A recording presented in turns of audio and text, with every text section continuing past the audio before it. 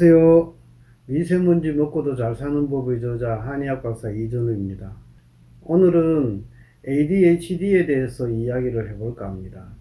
ADHD의 정의는 일반적으로 기대되는 연령 또는 발달 수준에 비하여 주의력이 부족한 것으로 이로 인해서 일상생활에 지장이 생긴 병적 상태를 가르친다고 되어 있습니다.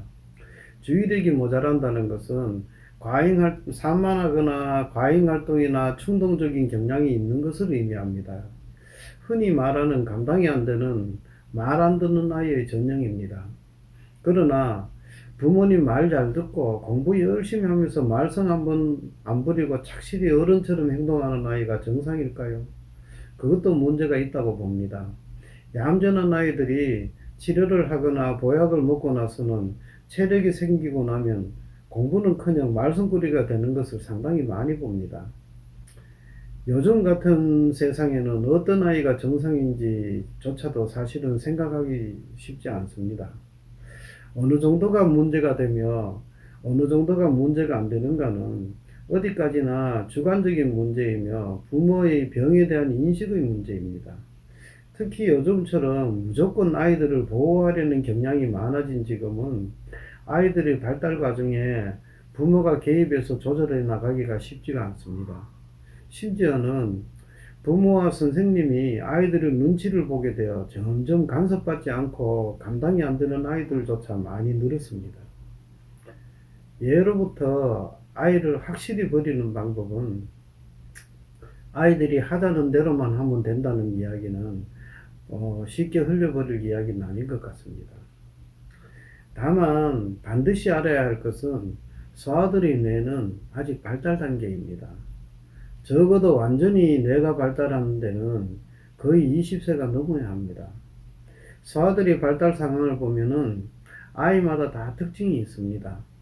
어떤 아이는 잠시도 가만히 있지를 못할 정도로 주의력이 산만하거나 어떤 아이는 수줍음이 너무 많으며 어떤 아이는 겁이 너무 많고 어떤 아이는 너무 사납거나 까닭없이 심하면 쓰러지기도 하는 등 다 제각각입니다.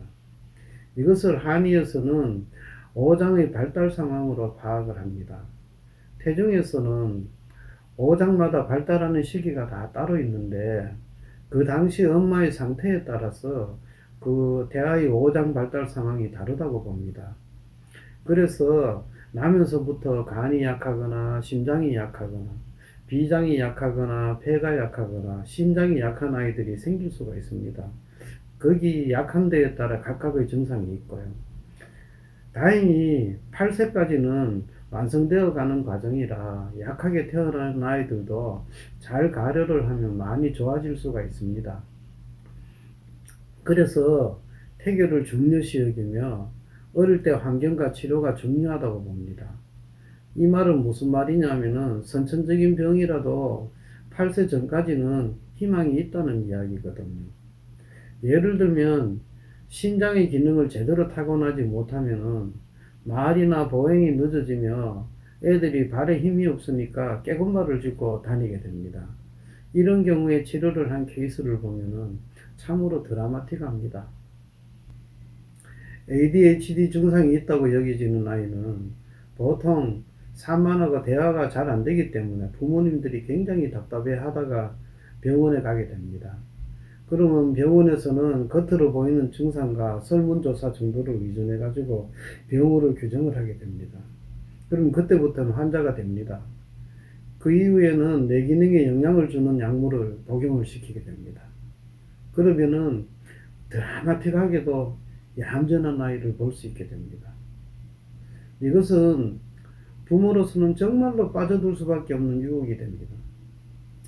뇌의 성장 시기에 약물을 복용하게 되면 뇌 기능의 정상적인 발달은 당연히 문제가 생길 수 있습니다. 게다가 뇌에서는 진정제나 항불안제, 흥분제, 요즘 흥분제는 애들이 공부 열심히 하려고 하는 것들, 잠 안 오게 하는 약들, 이런 것들이 해당되겠죠. 심지어는 수면제 같은 약조차 장기간 복용 시에는 거의 문제가 생깁니다. 이런 약들은 정상적인 뇌 기능의 작용에 상당한 간섭을 하게 됩니다.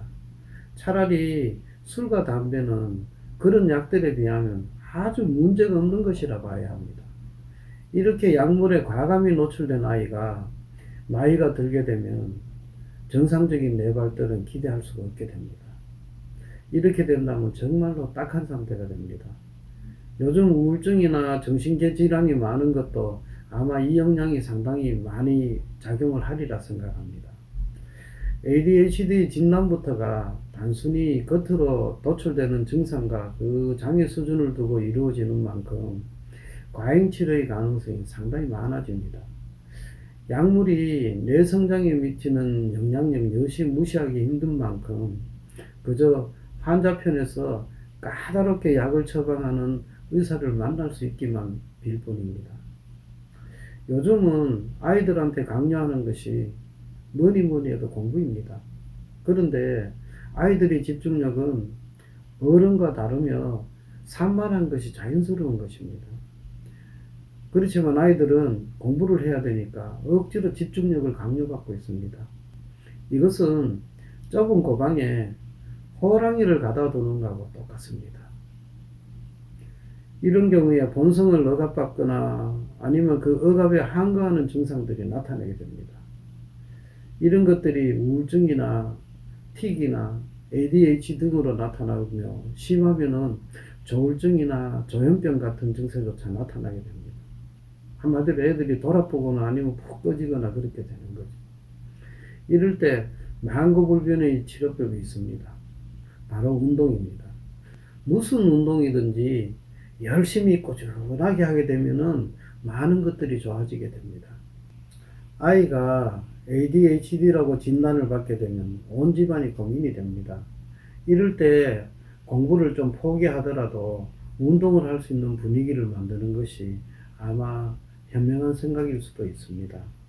체력만 있으면 늦게 공부해도 충분히 할 수 있으니 안 될 때 억지로 강요하기보다는 차라리 그때 체력이라도 키우는 운동을 열심히 하게 하는 것이 현명한 생각일 수도 있습니다.